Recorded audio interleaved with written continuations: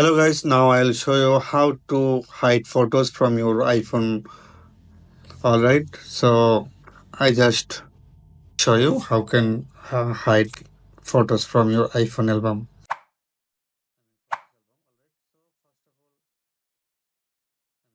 You just select which photos you want to hide. Then you just press the select button.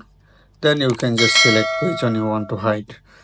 Then you just press the more button, I mean three dotted showing the corner.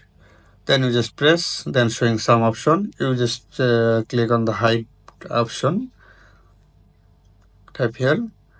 Now you just confirm 5 photos.